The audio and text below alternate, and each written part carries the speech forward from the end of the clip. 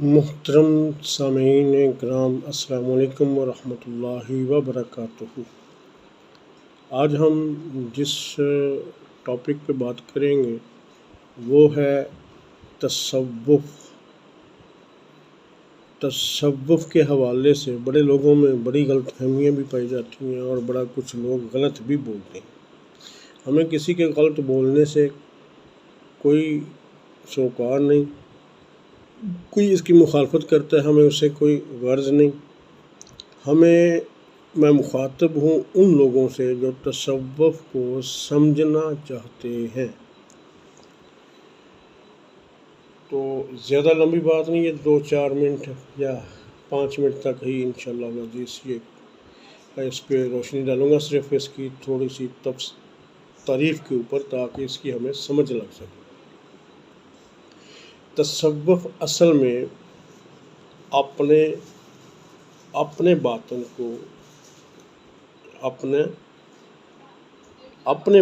کو نور معرفت و توحید سے صاف کر لینے کا نام ہے۔ اپنے آپ کو، اپنے باطن کو نور معرفت سے، توحید سے صاف کر لینا تصوف کہلاتا ہے۔ اور اس کو صاف کرنے میں جو معاملات کیے جاتے ہیں یا جو معاملات بندہ اپنے ساتھ کرتا ہے، ان تمام معاملات کو جب یکجا کیا جائے تو ہم اس کو تصوف کہتے ہیں۔ ایک روایت میں ہے کہ تصوف صوف سے نکلا ہے۔ صوف ایک موٹا کھردرا لباس ہوتا ہے جو صوفیہ کرام پہنا کرتے تھے، ٹھیک ہے جی۔ اور وہ لباس بھی کیوں پہنتے تھے؟ کہ اپنے نفس کو کچلنے کے لیے۔ اچھا، پھر اس کے ساتھ ہے کہ یعنی ایک تو لباس کی بات ہے، دوسرا اس کی ایک وجہ یہ بھی ہے کہ اہل صوفہ جو حضرات ہیں، ان کے صوفہ سے بھی اس کو ہم تصوف کا نام دیتے ہیں، اس کی نسبت سے بھی، یعنی اس کی مناسبت سے بھی۔ تفسیر میں آج نہیں جائیں گے انشاءاللہ العزیز، صرف آپ کو اس کی موٹی موٹی بات بتاتے ہیں۔ اب لفظ تصوف 4 حروف سے بنا ہے۔ لفظ تصوف 4 حروف سے بنا ہے۔ وہ 4 حروف کون سے ہیں؟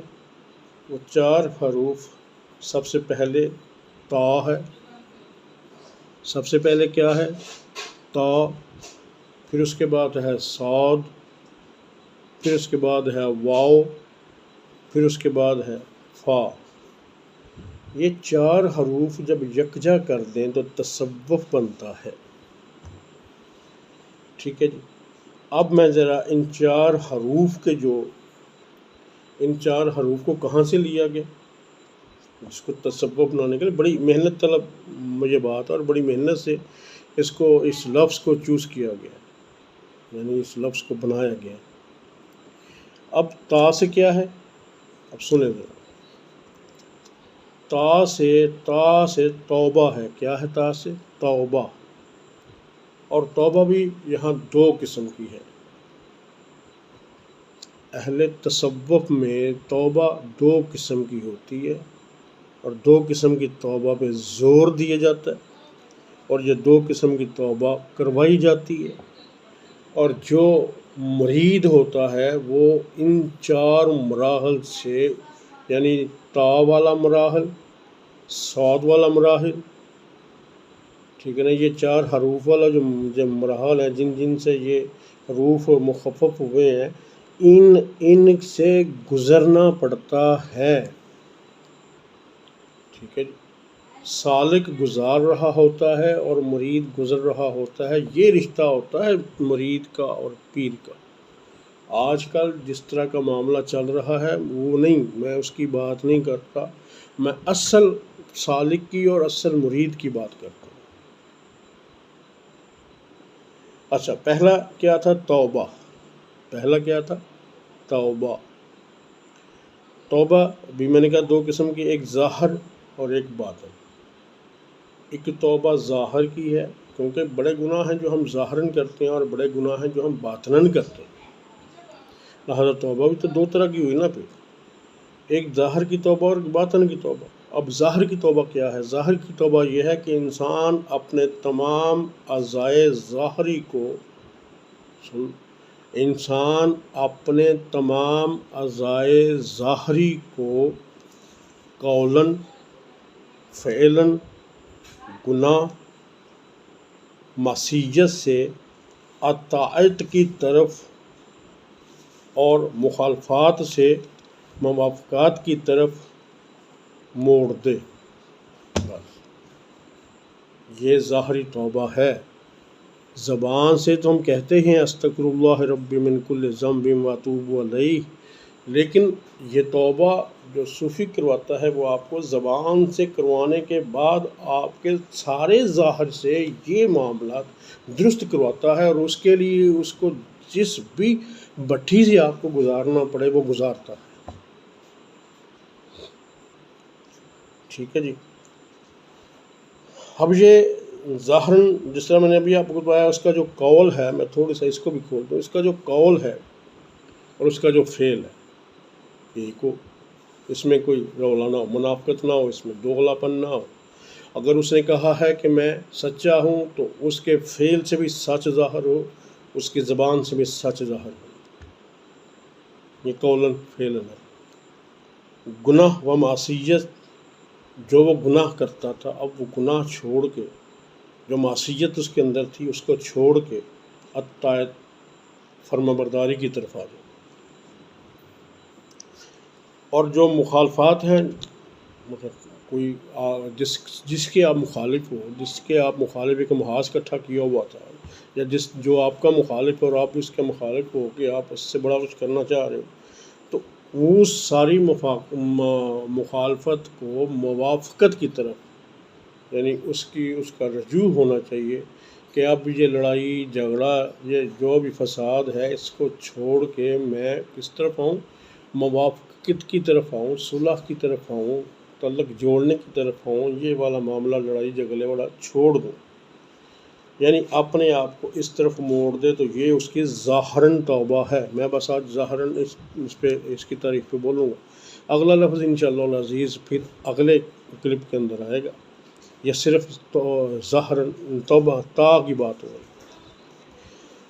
ٹھیک ہے جی، موڑ دے۔ اور توبہ باطن یہ ہے کہ انسان، اب باطن توبہ کی بات آ رہی ہے، یہ بھی ذرا دھیان سے سنیے گا، کہ توبہ باطن یہ ہے کہ انسان تصفیہ قلب اختیار کرے، تصفیہ قلب، اپنے قلب کی طرف دھیان دے، اپنے تصفیہ قلب اختیار کر کے کیا کرے؟ موافقات کی طرف رجوع کرے۔ قلب کے اندر بھی کوئی مخالفت نہیں ہونی چاہیے، قلب کے اندر بھی موافقت ہونی چاہیے۔